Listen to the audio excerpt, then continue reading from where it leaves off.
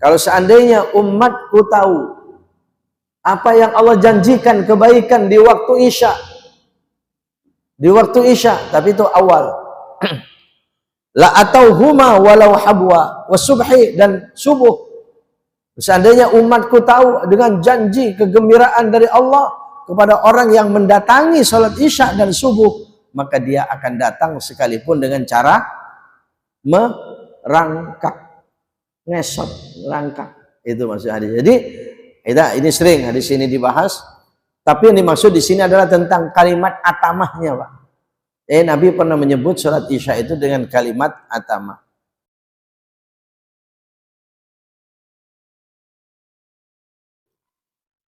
Bagi sholat Isya juga demikian, lil isya'i arba'atu awqatin. Isya itu mempunyai 4 waktu. Fadilatun wa ikhtiyar wa jawaz wa udhrun. Ya, ada waktu fadilah, karamah, mulia, agung, utama, dan ada ikhtiar. Ikhtiar itu berusaha atau ingin mencari kebaikan. Ikhtiar, ada ikhtiar, ada usaha-usaha kita. Wa jawaz, memang masih boleh. Wa udhr, itu sudah udhur. Fal fadilatu awalul waqti, adapun yang fadilah, yang utama itu di awal waktu. Wal ikhtiaru ba'dahu, ya sesudah itu adalah waktu ikhtiar. Ila thuluthul lail, sampai kepada 1/3 malam. Wal jawaz ila tulu'il fajr. Wal jawaz ila tulu'il fajr, ya sampai terbitnya fajar, itu jawaz. Jawaz artinya boleh, memang boleh, masih sah. Salat Isya menjelang subuh itu, subuh kurang 15 menit baru salat Isya, Pak. Aduh, ya udah di ujung bener itu. Ya, al-istul fajri tsani wal udhru waqtul maghribi liman jama'a bi safarin aw matar. Yang dimaksud udhur itu adalah ya salat Isyanya tidak di waktu Isya, di waktu maghrib, belum masuk waktu sudah salat. Ada yang boleh, ada yang tidak. Itu kalau kita bukan karena sebab musafir jama', jangan salat sebelum masuk waktu, kan begitu. Tapi kalau karena jama', ya emang sengaja kita mengumpulkannya, itu namanya udhurun, udhur. Ya. Wa yustahabbu an la tusammal isya al-akhirati atamatan. Sebenarnya nama salat Isya itu ada 2. Ada Isya, ada atama. Kayak atamanya ini nggak dipakai, Pak. Ya, waktu atama, waktu Isya. Ya, waktu atama itu ya.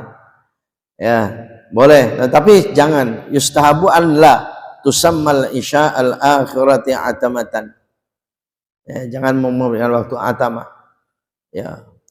Yukrahu an tusamma atamatan. Tapi kalau dikatakan dalam hadis Nabi, ya, yang menyebutnya atama itu seperti sabda Nabi, "Lau ya'lamuna ma fil atamati was subhi la atauhuma walau habwa." Ya, kalau seandainya ada yang menyebut salat Isya itu atama, waktu Isya itu waktu atama, ain tak mim tak marbutoh, atama. Ini kayaknya nggak berlaku di kita yang nggak nyebut ya. Di kita itu subuh kan ada 2, ada subuh, ada fajar. Ya, kita nggak disebut salat fajar. Oh, udah azan fajar, nggak ada. Udah azan subuh, gitu ya. Itu ada 2 namanya penyebutannya. Makanya yang sholat fajar sebelum subuh itu sebenarnya bukan subuh. Aslinya sholat fajar itu sholat subuh. Nah, kalau yang sebelum subuh sholat apa? Sholat sunnah fajar. Sholat sunnah, Pak. Ada sunnahnya. Iya, jadi sholat bulan fajar ya ada sunnah, ada wajib. Yang sunnah namanya rakaatayil fajri, yang wajib ya sholat subuh. Nah, Isya bisa atamah. Karena Nabi mengatakan, "Lau ya'lamuna ma fil atamati was subhi la atauhuma walau habwa."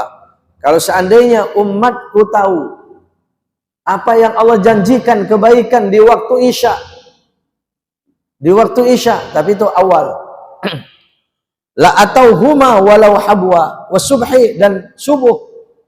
Seandainya umatku tahu dengan janji kegembiraan dari Allah kepada orang yang mendatangi salat Isya dan subuh, maka dia akan datang sekalipun dengan cara merangkak, ngesot, merangkak. Itu maksud hadis. Jadi ini sering hadis ini dibahas, tapi yang dimaksud di sini adalah tentang kalimat atamahnya, Pak.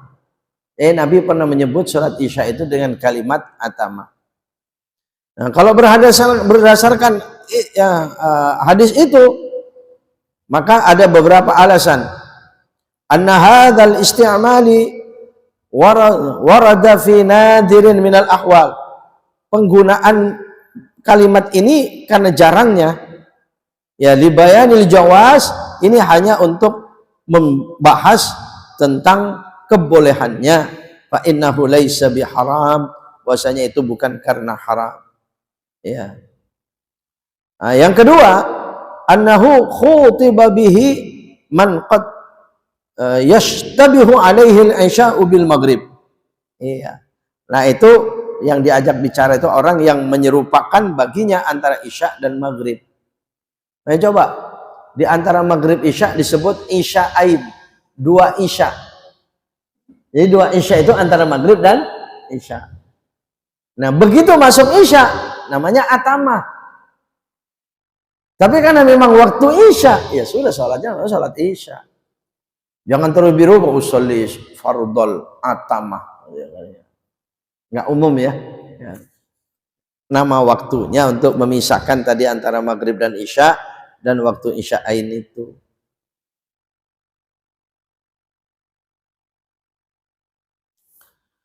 Wa yukrahun naumu qoblal isya'i, dimakruhkan tidur sebelum Isya.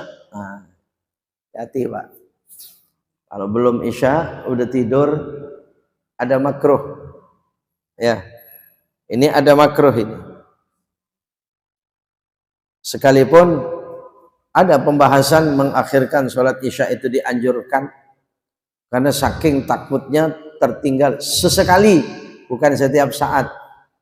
Ada orang memang dia tidak mau ketinggalan sholat witir dan sholat tahajud, karena afdolnya sholat malam itu witir dan tahajud itu, bahkan itu dibahas dalam Al-Quran. Wa minal laili fatahajjat, bahkan ada orang yang mewajibkan sholat tahajud kepada dirinya. Kalau bagi Nabi jelas wajib, maka dia capek suatu saat masuk Isya, ya, kalau saya sholat sekarang Isya, tidak akan sholat witir, tidak akan sholat tahajud, oh boleh Isyanya ditunda ya. Atau memang waktu sholat apa saja, kalau saya sholat di awal begini saya tidak berjamaah, tapi kalau nanti saya nunggu 1 jam lagi, 2 jam lagi, pasti saya bisa berjamaah, tunda itu Pak. Masih dibolehkan demikian. Cuman sekarang itu tidak bisa lagi semacam itu. Kenapa? Karena di masjid-masjid, di musola-musola, asal adzan di awal waktu pasti sholat berjamaah. Betul tidak? Ya udah, itu yang diutamakan. Jangan milih yang lain. Itu cuman karena hukum-hukumnya saja. Bisa begini, bisa begini, bisa begini. Itu rukhsah, keringanan-keringanan dari Allah Subhanahu wa taala dalam hukum fikihnya semacam itu.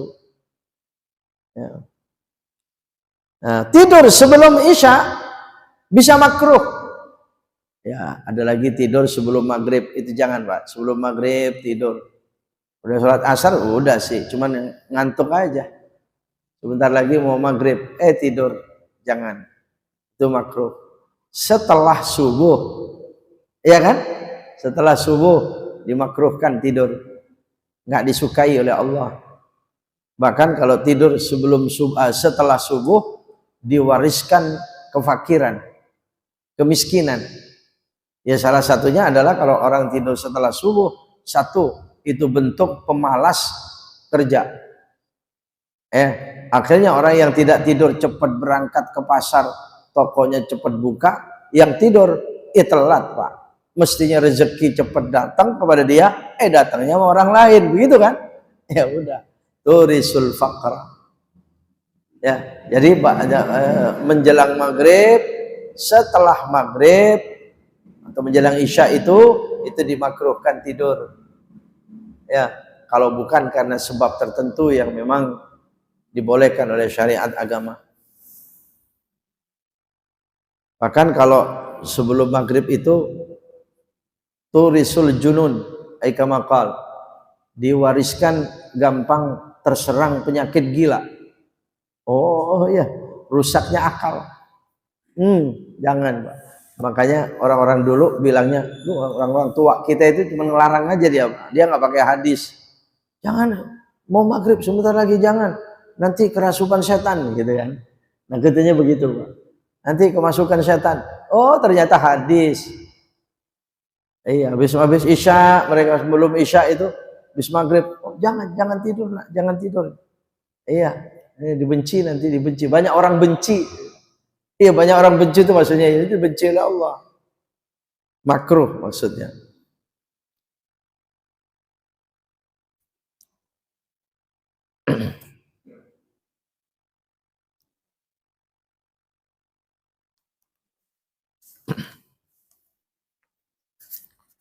Hadirin rahimakumullah. Ini waktunya, Pak. Masih bisa mungkin sedikit ya. Atau ada pertanyaan, Pak?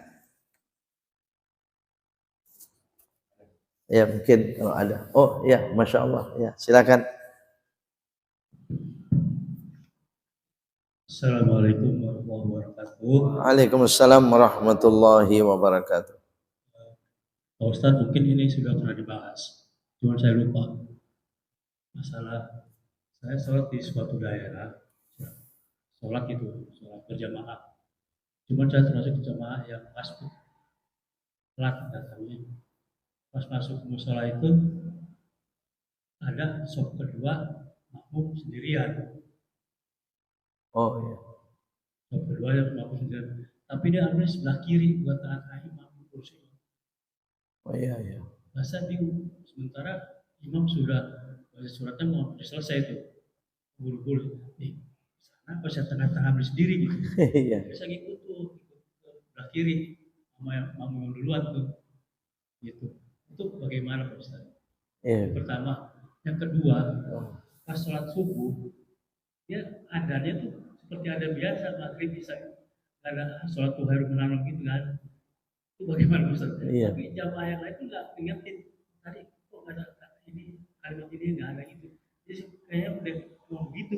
Udah biasa di situ ya. Baik. Baik, iya. Yang pertama tadi itu kesalahan bagi orang yang berdiri di saf belakang, itu mestinya yang dipilih di tengah, belakang imam sampai ke ujung sana. Kalau dia harus berdiri di saf baru, ya pokoknya depannya udah penuh, nggak bisa masuk ke saf. Ya tapi kalau dia sendiri, pertama perintahnya supaya berusaha masuk ke saf depan. Kecuali dia tahu masih ada orang yang akan datang sedang wudhu dan sebagainya, nggak apa-apa. Sendirian itu, tapi di tengah, di belakang imam, ya penuh tengah, dari tengah ke kanan, baru ke kiri, terus begitu kan, penuh lagi, masuk dia tengah lagi, kanan, baru kiri, ya Pak, ya itu pun kalau mungkin, kalau seperti Masjidil Haram mau diatur bagaimana kayak begitu ya nggak kena. Atau masjid-masjid besar itu nggak kena, Pak. Istiqlal aja udah susah. Ya, tapi kalau lagi masih bisa. Oh, ini kosong nih, nggak ada orang satupun. Ya berdirinya di tengah. Kalau datang lagi kanannya. Nah, dilarang berdiri sendirian. Nah, itu Bapak saya pikir benar tadi itu. Ini ada orang berdiri tapi di belakang dipilihnya yang ujung kiri gitu ya. Ini di kiri sana. Bingung. Saya tahu, Bapak tahu, mestinya saya di tengah. Tapi berdiri sendiri kan enggak, udah ada duluan di sana, dideketin akhirnya dia. Iya, kalau seandainya nggak terlalu jauh Pak, Bapak masih bisa bicara begini, iya tarik dia. Pun kalau dia ngerti, kalau nggak ngerti, marah dia kan. Iya, oh, apa-apaan sih? Dia marah dia Pak. Waduh, ini saya jadi teringat. Suatu saat saya Pak, di suatu masjid, memang subuh itu, ya saya sop belakang. Kemudian ya dari tengah, memang dari tengah, dari sana, udah bener di masjid itu, udah penuh. Saya berdiri ya di kirinya, terus ke isi sana. Kemudian berdiri dengan saya itu barengan, ada orang. Di sebelah sana ada orang. Ya, ada orang, 2 orang kayaknya itu, 2 orang. Jadi dia ada 2, tapi tidak rapat ke saya. Kan mestinya yang baru datang di tengah, datang lagi di kanan. Kemudian merapatnya itu ke arah imam, ke tengah. Dari sana yang berhak merapat, ya dari sana ke tengah, dari sana ke tengah, kan begitu kan? Yang merapat Pak. Ya saya bilang itu Pak, emang orangnya lebih tua dari saya, dia. Pak, mohon maaf Pak, merapat Pak, gitu kan? Ya saya panggil dia, Pak, merapat Pak. Dia jawab dia, lo aja yang kesini, begitu. Menentang dia dengan situ aja yang kesini. Allah, saya pengen ketawa, saya bilang, ya Allah, ya, nggak begitu. Apa mungkin karena mungkin yang manggil itu lebih muda gitu barangkali ya, udah muda, lebih kecil juga. Ya, dia tinggi besar orangnya, lebih tua dari saya. Saya panggil, Pak, mohon maaf, merapat ke sini Pak. Iya, situ aja yang ke sini. Enggak begitu Pak. Kalau kita salat enggak ada siapa itu lebih tua, lebih muda, enggak ada kan? Enggak ada Pak ya Rab. Iya. Enggak, jadi aturannya seperti itu Pak. Ya, jadi Bapak tadi itu insya Allah benar itu. Karena gimana itu? Mau orang ditarik, jauh banget dia. Masa mau ditarik? Jalan ke samping begitu panjang. Ya udah. Cuma ya udah keluar daripada yang seharusnya. Ya, udah keluar daripada yang seharusnya. Kalau seandainya Bapak memilih berdiri di tengah pun masih dibenarkan. Iya, masih dibenarkan. Kalau semacam itu, justru orang itu yang berhak geser ke tengah. Iya, mesti diri di tengah. Ya dia yang geser. Walaupun gesernya banyak, nggak masalah. Yang penting kalau dia dalam sholat, jangan sampai tidak menghadap kiblat. Artinya jangan jalan menghadap ke sini, ya batal itu berarti. Geser aja terus. Kita mengikuti pendapat yang sholat boleh bergerak dengan gerakan yang banyak. Imam Syafi'i melarang. Atau ya batal dia. Oh, di tengah ada orang itu, berarti saya harus rapat. Ya batal dulu dia Pak. Betul. Seharusnya semacam itu Pak. Atau mungkin Bapak bisa begitu datang, dia berdiri di sana, nggak ada orang lain. Bapak datang, masuk, colek aja dia. Set, Bapak ke tengah. Kalau dia berilmu, oh berarti ngajak supaya ke tengah, begitu kan? Iya. Ya tapi dengan cara semacam itu bukan berarti merusak pahala berjamaah, tidak. Insya Allah, cuman lebih utamanya itu yang nggak kena. Satu, yang pertama tadi. Kemudian yang kedua tadi ada pertanyaannya. Oh iya, adzan subuh tidak ada as-salatu khairum minan naum. Nah itu cuma disunahkan Pak. Tetapi karena terjadi zaman Nabi, wah itu sangat kuat perintahnya. Jangan sampai kalau subuh, terutama adzan subuh. Yang mengumandangkan itu pertama kan sahabat Bilal. Tapi zaman Nabi dibiarkan oleh Nabi, dibenarkan oleh Nabi. Ya berarti hadis. Ya jangan, dia mestinya memang pakai itu kecuali lupa. Jadi kalau sengaja tidak mau itu keliru. Jangan sengaja tidak mau. Kenapa sengaja tidak mau? Wong itu hadis terjadi zaman Nabi, sahabat Nabi dibenarkan oleh Nabi. Ya sahabat Bilal itu yang mengundangkan salatu khairum minan naum pertama, itu dibenarkan oleh Nabi. Ya harus pakai kecuali memang lupa. Apa memang terus menerus subuh semacam itu Pak di situ?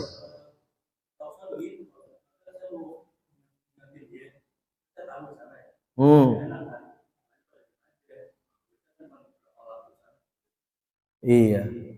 Ya itu, kalau cuman sekali-sekalinya lupa ya maklumin. Artinya begini, ada orang adzan, begitu salat hayya 'alal falah, salatu khairum minan naum lupa. Ingat-ingatnya setelah la ilaha illallah. Ingat dia, wah tadi enggak ada. Dia ulang, as-salatu khairum, enggak usah. Iya, tidak usah begitu, Pak. Bahkan ada adzannya Syiah. Itu masih ditambah-tambah lagi, itu bukan as-salatu khairum minan naum lagi. Ada lagi Pak, itu juga dibaca. Ya, apa itulah tulhikum, ya, jangan sampai kalian lalai. Ada pesan begitu. Ditambahin dengan begitu, ya nggak masalah. Kalau ditambahin, tapi dikurangi jangan. Makanya redaksi adzan itu nggak bisa dikurangi. Adzan yang lain seperti itu, adzan yang kalau Syiah ya Allah alam beda. Syiah itu bukan ngurangi, kalau saya lihat yang aslinya ditambah. Ada asyhadu anna Muhammadar Rasulullah, ada lagi asyhadu anna aliyan waliyullah. Itu adzan itu. Ada tambahan itu. Dan ada lagi salatu khairum minan naum, itu ada bacaan lagi itu. Allah alam. Ya, itu silakan, itu ditambah namanya Pak. Ya cuman kalau kita jangan nanti ditambah lagi di masjid ini subuh.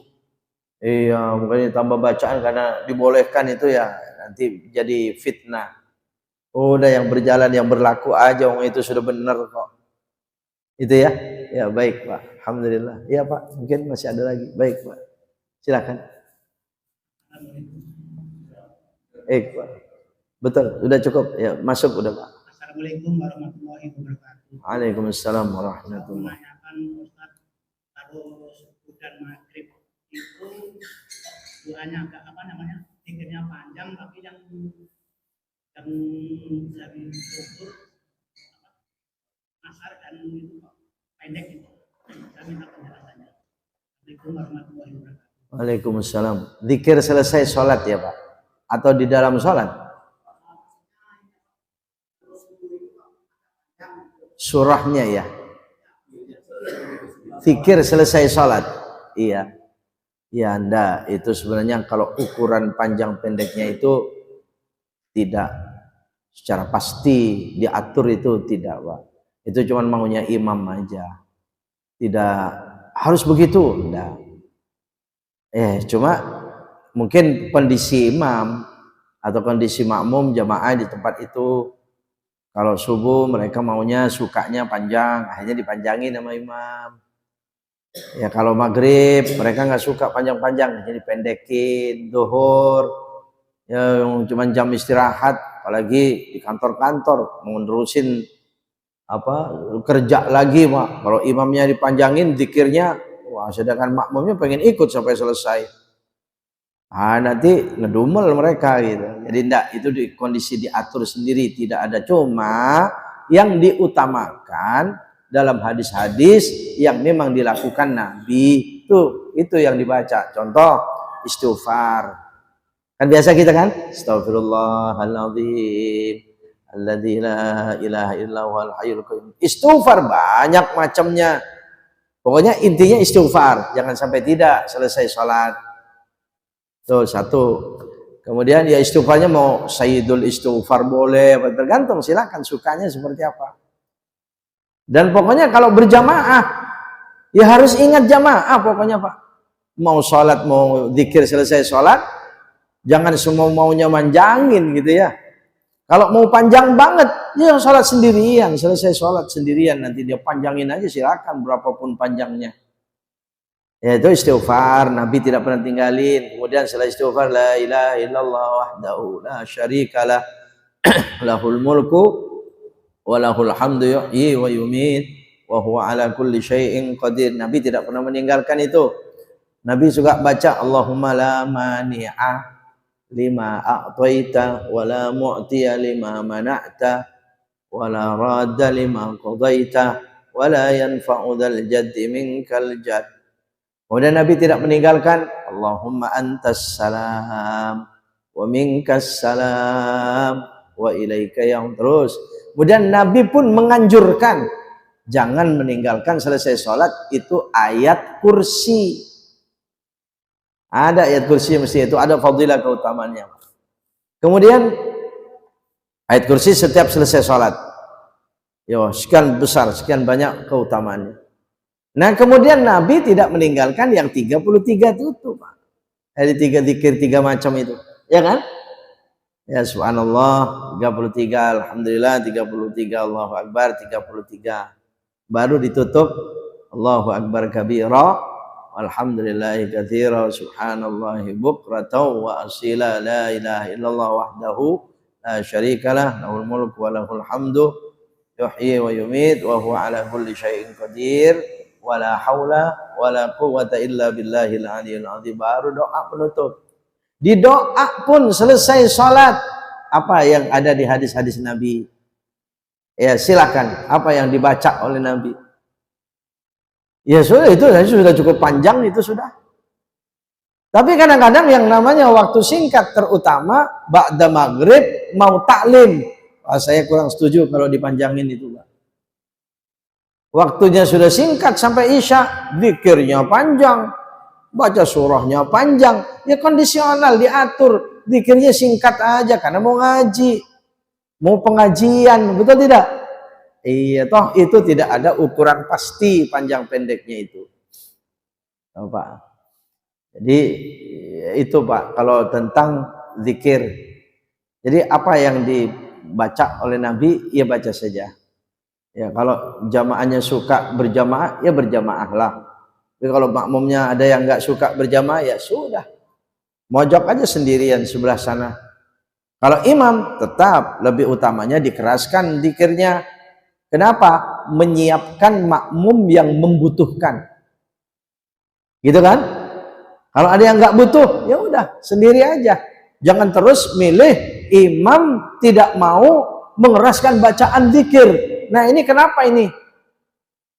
Ya, misalnya Imam Nawawi pendapatnya, imam mengeraskan zikir selesai sholat kalau makmumnya masih pemula, kalau makmumnya masih melatih diri untuk zikir-zikir selesai sholat. Tapi kalau tahu bahwa makmum itu sudah biasa, mestinya nggak usah dikeraskan. Itu Imam Nawawi, nggak usah keras. Kasyufatus saja, lihat itu Syarah Safinatun Najah. Ya. Nggak taunya pukul rata aja setiap selesai sholat, diem. Enggak. Ada di Bukhari disebutkan, Pak, termasuk kitab Adillatus Sufiyah, Yusuf Khattar itu masih membahas bahwasanya raf'us saut aqibas shalawatil maktubat kana ala ahdin Nabi sallallahu alaihi wasallam. Mengeraskan bacaan zikir-zikir selesai sholat itu terjadi sejak zaman Nabi Muhammad sallallahu alaihi wasallam. Silakan. Makanya saya lihat orang imam kadang-kadang nggak mau sama sekali zikir keras. Itu kenapa? Ya tinggal situasinya seperti apa, Pak. Ya, jadi jangan menyalahkan itu. Mungkin itu diantaranya, Pak, ya. Iya. Jadi kalau atau mungkin jawaban saya tidak masuk kepada pertanyaan. Mungkin diulang lagi kalau begitu, Pak. Ya, jadi kenapa kok tadi saya ingat itu kok kalau sholat ini pendek zikirnya, kalau sholat ini kok panjang, gitu ya. Ada zikir pendek, ada zikir panjang. Kalau dalam sholat memang iya, Pak. Subuh sama isya itu dianjurkan surahnya agak panjang. Yang sering Nabi baca dalam sholat isya itu surah Al-Buruj. Wassama'i dzatil buruj. Wah, itu panjang, itu satu halaman. Itu satu rakaat pertama. Rakaat keduanya apa saja surah yang lebih pendek. Itu sering saya pakai itu isya itu. Jadi saya lihat tafsir Al-Buruj. Sama'i dzatil buruj wal yaumil maw'ud wa syahidin wa masyhud. Subuh juga demikian. Subuh disunahkan memang panjang. Karena rakaatnya sedikit, ya sudah. Surahnya yang lebih panjang. Apalagi Jumat, 2 surah panjang. Sajadah dan Ad-Dahar. Ini nggak dipakai ini, walaupun sujud sajadah nggak pakai Ad-Dahar. So sajadah dibagi 2. Iya kan? Ada cukup lah. Kondisional kita, Pak. Hari Jumat di kita ini hari kerja. Iya, kalau di Saudi sana Jumat hari libur.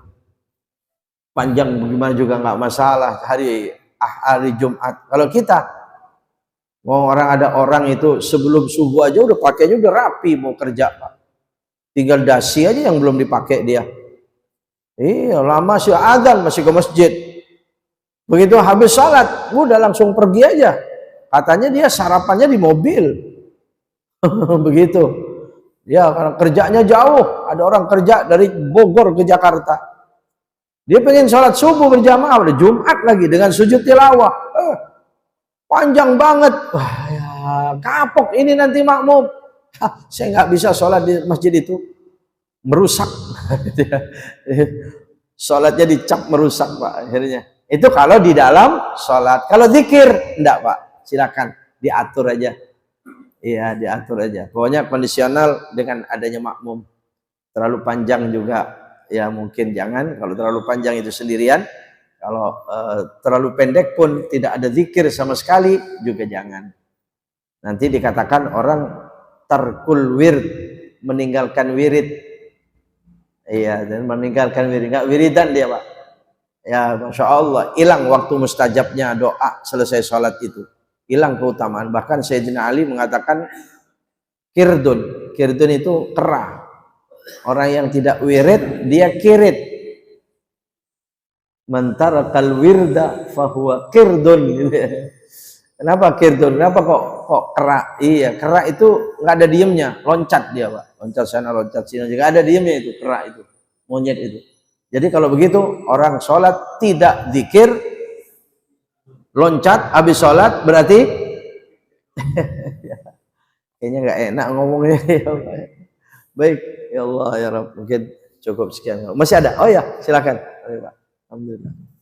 Assalamualaikum warahmatullahi wabarakatuh. Waalaikumsalam warahmatullahi wabarakatuh. Langsung kondisi sholat, tentang sholat, misalnya sholat asar. Ya. Ini banyak orang yang kerja kasar, kerja bangunan lah gitu.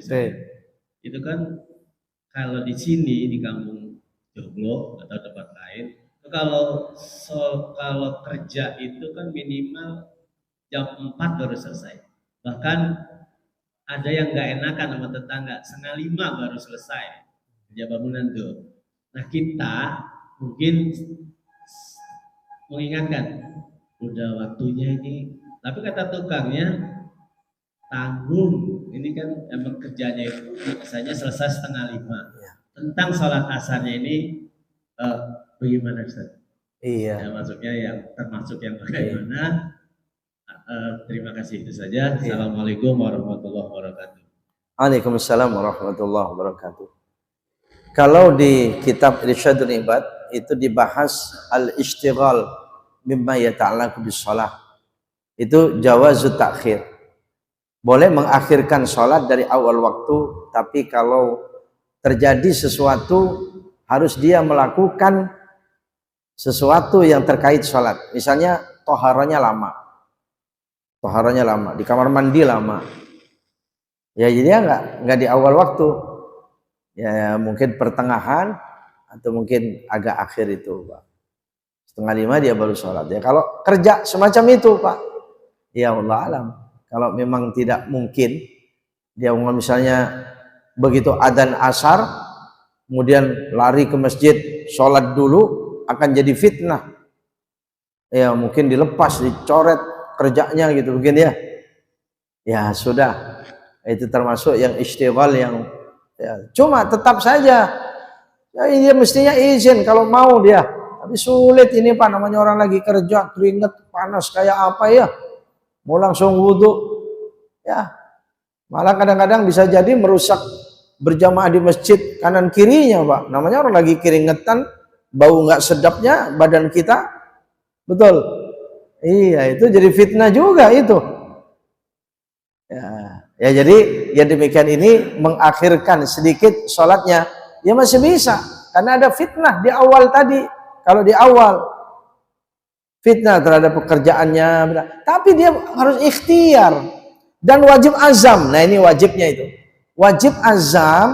Wah saya sholatnya nggak bisa di awal waktu nih. Wah nggak bisa saya kalau sholat di awal waktu, nanti apa kata yang punya ya yang ngatur pekerjaan ini, habis saya, kan? Oh ya udah, harus ada azam. Nanti sholat saya ya nanti 4:30 dah, atau mungkin gitu. Itu azamnya ini menjadi wajib. Bersuara pikiran kita semacam itu menjadi wajib, Pak. Jangan terus saja nggak ada niat semacam itu, Pak. Makanya coba orang mau jamak takhir, diwajibkan niat pada waktu yang awal. Begitu kan? Sama kayak gitu kira-kira. Duh nggak bisa ini sholat duhur saya ini di awal waktu ini. Tapi ya sudah, nanti saya di pertengahan. Wajib azam semacam itu. Kalau dia nggak ada niat semacam itu, terkena salah, dosa. Kalau dia nggak sholat beneran, dosa 2 kali. Kalau dia masih sholat, ya masih lumayan, masih kena sholatnya.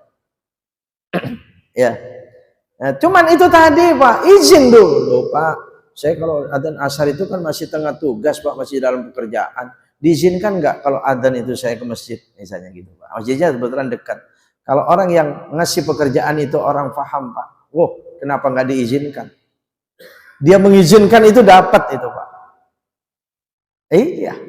Dalla ala khair, menunjukkan kebaikan, mengizinkan melakukan kebaikan. Oh iya, kalau sekedar sholat silakan. Begitu adzan, Bapak wudu ke masjid, habis itu terusin pekerjaannya. Masya Allah, mantap itu orang semacam itu Pak. Ini kan orang tidak sama, kadang-kadang ada yang bisa begitu, ada yang enggak, betul.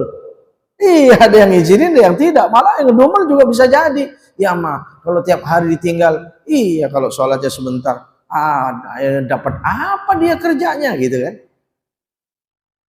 Iya, kalau kepotong begitu terus, nggak suka Pak, ya sudah. Kedapatan orang yang semacam itu masih ada jawaz kebolehan dia ditunda sholatnya tidak di awal waktu. Itu mungkin yang dimaksud ya. Iya Pak. Jadi dia ikhtiar dulu, dia izin dulu. Kalau diizinkan, ya itu yang bagus. Nggak apa-apa, langsung aja sholat. Di masjid ada AC ini misalnya Pak. Iya sekarang mana masjid yang tidak ada AC sih? Iya sholat aja langsung ke depan kipas. Lagi mana? Enak sholat itu wudu, dingin airnya di masjid. Wudu ya. Misalnya saya sholat, ya mungkin nggak usah ikutan dzikir panjangnya, betul? Ya sudah habis sholat itu ya bisa di awal waktu juga. Saya yang pernah saya itu Pak Duhur, tukang itu yang adzan tukang itu, cuma yang saya pernah saya cerita itu, cuman agak kurang bagus itu kadang, masya Allah perhatian dia.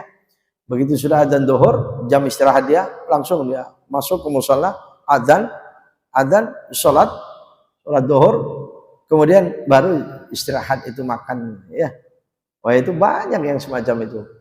Bahkan saya menemukan orang, masya Allah bekerja berat itu di panas matahari, wah itu bulan puasa dengan pekerjaan yang berat itu masih bisa puasa 1 bulan.